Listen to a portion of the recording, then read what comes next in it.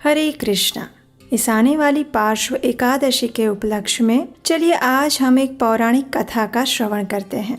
इसका वर्णन हमें द्वारिका महात्म्य में प्राप्त होता है, जिसके ऊपर श्रील सनातन गोस्वामी दिग्दर्शिनी टीका में भी इस कथा का वर्णन करते हैं। एक समय इस पृथ्वी पर चंद्र शर्मा नाम का एक ब्राह्मण रहता था। इस ब्राह्मण ने सभी वेद, पुराणों और शास्त्रों का गंभीरता पूर्वक अध्ययन किया था। वो भगवान शिव का भक्त था और प्रतिदिन भगवान शिव की अनेक वेद मंत्रोच्चार के साथ पूजा आराधना करता था। उसके जीवन में हर प्रकार का भौतिक सुख और सुविधाएं उपलब्ध थी, लेकिन फिर भी कहीं ना कहीं उसके पूर्वजों की स्थिति को लेकर वो चिंतित रहता था। एक दिन उसने अपने स्वप्न में देखा कि उसके पूर्वज ने पूर्व काल में दशमी से युक्त एकादशी का पालन किया था और इस कारण से उन सबको प्रेत योनि प्राप्त हुई थी। हालांकि चंद्र शर्मा को पूर्ण पुरुषोत्तम परम भगवान श्री कृष्ण में कोई विश्वास या श्रद्धा नहीं थी, इसलिए वो एकादशी तिथि को लेकर भी ज्यादा गंभीर नहीं था, लेकिन अपने पूर्वजों के उद्धार के लिए वो चिंतित हो गया। ऐसी स्थिति में एक दिन भगवान श्री कृष्ण के किसी भक्त ने आकर उससे मिले और उन्होंने चंद्र शर्मा को सुझाव दिया कि वो अपने पूर्वजों की मुक्ति हेतु द्वारिका में निवास करने वाले भगवान श्री कृष्ण से जाकर प्रार्थना करें। अब ये सुनकर चंद्र शर्मा ने द्वारिका जाने का निर्णय लिया और निकल पड़ा भगवान श्री कृष्ण के पास जाने के लिए। वहाँ पहुँचते ही उसने भगवान श्री कृष्ण से भेंट की, उन्हें प्रणाम किया और भगवान ने भी उस ब्राह्मण का यथोचित आतिथ्य सत्कार किया और उसे बैठने के लिए आसन प्रदान किया। अब भगवान ने उस ब्राह्मण चंद्र शर्मा से उसके आगमन का कारण पूछा, तो उस ब्राह्मण ने कहा, सुविदधं वासरं यस्मात् कृत मम पितामहे प्रेतत्वं तेन संप्राप्त महादुःख प्रदायकम्। हे पुरुषोत्तम भगवान, मेरे पूर्वजों द्वारा भगवान हरि के इस व्रत का पालन दशमी के दिन किया गया था। इसके फल स्वरूप उन्हें अत्यंत कष्टदायक प्रेत योनि प्राप्त हुई है। कृपया आप मेरे पूर्वजों का उद्धार करिए। इसके उत्तर में परम भगवान श्री कृष्ण ने कहा, पुण्यम सुसंचितम याति कल्पकोटि शतार्जितम सशल्यम ये प्रकुर्वन्ति मुक्तिदम मम वासरम। जो व्यक्ति मुक्तिदायक मेरे दिवस पर उपवास करता है, लेकिन वो दशमी के साथ सम्मिलित हो, तो उसके पूर्व काल के 100 चक्रों में अर्जित सारे पुण्य नष्ट हो जाते हैं। यहाँ एक चक्र का अर्थ होता है 1000 युग और इस श्लोक का अर्थ है कि जो व्यक्ति दशमी से युक्त एकादशी व्रत का पालन करता है, उसने 100,000 युग के अंदर जितना भी पुण्य फल अर्जित किया होगा उन सब का नाश हो जाएगा। स्कंद पुराण में भगवान ये भी कहते हैं कि जो एकादशी दशमी से सम्मिलित होती है उसमें असुरों का वास होता है और इस दिन उपवास करने वाले को नकारात्मक परिणाम प्राप्त होते हैं, भले ही वो एकादशी क्यों ना हो। जो एकादशी द्वादशी के साथ सम्मिलित होती है उसमें भगवान हरि का वास होता है और इस दिन उपवास करने पर पूर्व फल सारे प्राप्त हो जाते हैं, जो यथोचित भी हैं। तो इस प्रकार भगवान श्री कृष्ण ने चंद्र शर्मा ब्राह्मण को दशमी संविधा एकादशी का पालन करने से प्राप्त नकारात्मक परिणामों के विषय में बताया और उन्हें सुझाव दिया कि वे आने वाली एकादशी का निष्ठा पूर्वक शास्त्रोक्त नियमों के अनुसार पालन करें और फिर उससे अर्जित पुण्य को अपने पूर्वजों को प्रदान कर दें। इससे वे प्रेत योनि से मुक्त हो जाएंगे। चंद्र शर्मा ने भी भगवान श्री कृष्ण द्वारा बताए गए निर्देशों का पालन किया। आने वाली एकादशी का पालन करके उन्होंने उसका फल अपने पूर्वजों को प्रदान किया और भगवान से प्रार्थना करते हुए उन्होंने अपना व्रत का पारण किया। इसका परिणाम ये आया कि उनके पूर्वजों की प्रेत योनि से मुक्ति हो गई और उन सभी ने चंद्र शर्मा ब्राह्मण को आशीर्वाद दिए और अपने अगले गंतव्य की ओर आगे बढ़ गए।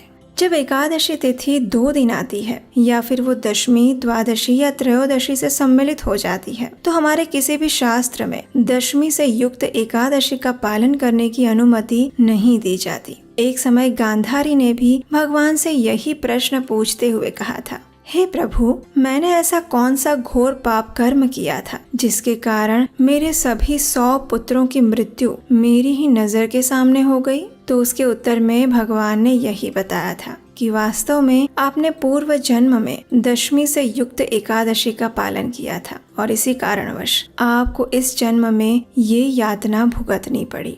तो ये थी पार्श्व एकादशी के उपलक्ष्य में पौराणिक वैदिक कथा। इस बार जो एकादशी आ रही है वो अत्यंत विशेष है क्योंकि ये चातुर्मास के पावन समय में आ रही है और ये वही दिन है जब योग निद्रा में शयन करने वाले भगवान विष्णु अपनी करवट बदलते हैं। भगवान की प्रत्येक छोटे से छोटी और बड़े से बड़ी लीला भी दिव्य होती है और उसका हम उत्सव मनाते हैं। तो ये एकादशी भी इसी उत्सव का एक हिस्सा है। इस एकादशी से एक और तथ्य जुड़ा है और वो ये कि एक समय जब असुरों के राजा बलि महाराज ने संपूर्ण पृथ्वी और तीनों लोकों पर अपना आधिपत्य स्थापित कर दिया था, तो उस समय उनके गर्व को चूर चूर करने के लिए परम भगवान श्री हरि स्वयं वामन रूप में प्रकट हुए थे और एक छोटे से बौने ब्राह्मण के रूप में उन्होंने बलि महाराज से उनका संपूर्ण ऐश्वर्य और अहंकार छीन लिया था। उनके इस धरातल पर प्रकट होने का शुभ दिन भी यही था, भाद्रपद मास के शुक्ल पक्ष में आने वाली परिवर्तिनी एकादशी।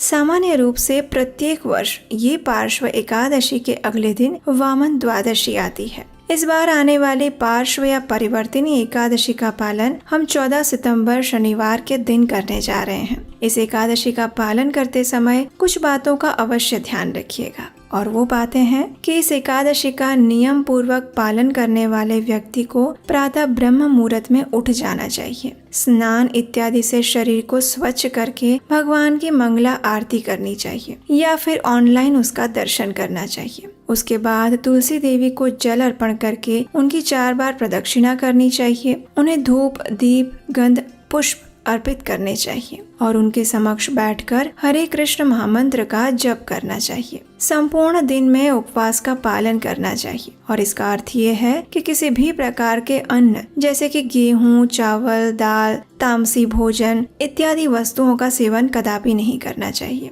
अगर आवश्यकता लगे तो दूध, जल, फलों का रस या फिर एकादशी प्रसाद ले सकते हैं। इस दिन अधिक से अधिक समय भगवान का नाम जप करने में, उनकी कथाओं का श्रवण और पठन करने में लगाना चाहिए। इस दिन हरे कृष्ण महामंत्र की अधिक से अधिक माला का जप करना चाहिए, जैसे कि हरे कृष्ण कृष्ण कृष्ण हरे हरे, हरे राम राम राम हरे हरे। ये महामंत्र है और इस महामंत्र की कम से कम 16, 25 या 32 माला का जप अवश्य करना चाहिए। अगले दिन निर्धारित पारण समय पर किसी सुयोग्य ब्राह्मण या वैष्णव को दान देना चाहिए और फिर भगवान को अर्पित अन्न भोजन प्रसाद के साथ विधि अनुसार भगवान को प्रार्थना करते हुए इस एकादशी व्रत का पारण करना चाहिए। ये पारण करने की भी एक विशेष विधि होती है। अगर आप ये विधि जानना चाहते हैं तो आप इस चैनल को सब्सक्राइब करके रख लीजिए, नोटिफिकेशन भी ऑन कर लीजिए, क्योंकि एकादशी के दिन शाम को हम इसकी संपूर्ण पारण विधि भी लेकर आने वाले हैं। और आप सब जानते हैं कि एकादशी भगवान श्री कृष्ण को कितनी प्रिय है और एकादशी ही एकमात्र ऐसा व्रत है जिसके पालन द्वारा हम भगवान श्री कृष्ण को प्रसन्न कर सकते हैं और उनकी शुद्ध प्रेमा भक्ति को प्राप्त कर सकते हैं। भगवान की शुद्ध भक्ति प्राप्त करने के लिए उनके निर्देशों को समझना और अपने जीवन में उतारना उतना ही आवश्यक है और ये भगवान के निर्देश हैं भगवत गीता नामक दिव्य ग्रंथ में। हर बार की तरह इस बार भी हम आपके लिए 18 सत्र का एक भगवत गीता ऑनलाइन कोर्स लेकर आ रहे हैं, जो कि लुधियाना के इस्कॉन मंदिर द्वारा आयोजित किया जा रहा है और ये ऑनलाइन कोर्स 23 सितंबर 2024 सोमवार से शुरू होने जा रहा है। तो अगर आप भी उसमें जुड़ना चाहते हैं, भगवान की दिव्य वाणी को समझना चाहते हैं, तो उसकी विस्तृत जानकारी नीचे डिस्क्रिप्शन बॉक्स में दी गई है। आप वहां पर लिंक पर क्लिक करके इस कोर्स के लिए अपना रजिस्ट्रेशन कर सकते हैं। और दूसरी सबसे महत्वपूर्ण बात यह है कि बस कुछ ही दिनों में कार्तिक मास भी आने वाला है और इसी कार्तिक मास में हम आप सबकी प्रिय कृष्णायन कथा भी लेकर आने वाले हैं। वही कृष्णायन प्रोजेक्ट जो कि भगवान श्री कृष्ण की बाल लीलाओं पर आधारित एनिमेशन कथा श्रृंखला है, जिसका आप सभी लोग इतने दिनों से इंतजार कर रहे हैं। उसका काम बस चल रहा है और कार्तिक मास शुरू होते ही उसे हम आपके समक्ष प्रस्तुत करने वाले हैं। तो इस कृष्णायन प्रोजेक्ट को पूरा करने के लिए या फिर ऐसे ही वैदिक प्रमाणभूत कथाओं को बनाने के लिए अगर आप हमारी सहायता करना चाहते हैं और आप सच में हमारे इस प्रोजेक्ट और हमारे इस कार्य से संतुष्ट हैं जिसमें हम वैदिक कथाओं को प्रमाणभूत रूप में प्रस्तुत करते हैं, तो अगर आप इस कार्य में हमारा सहयोग देना चाहते हैं तो स्क्रीन पर दिए गए नंबर पर अपना आर्थिक योगदान भी भेज सकते हैं। तो चलिए इस पार्श्व एकादशी का संपूर्ण श्रद्धा और निष्ठा पूर्वक पालन करते हैं और भगवान श्री कृष्ण को प्रसन्न करके उनसे उनकी शुद्ध प्रेमा भक्ति प्राप्त करने का प्रयास करते हैं। हरे कृष्णा।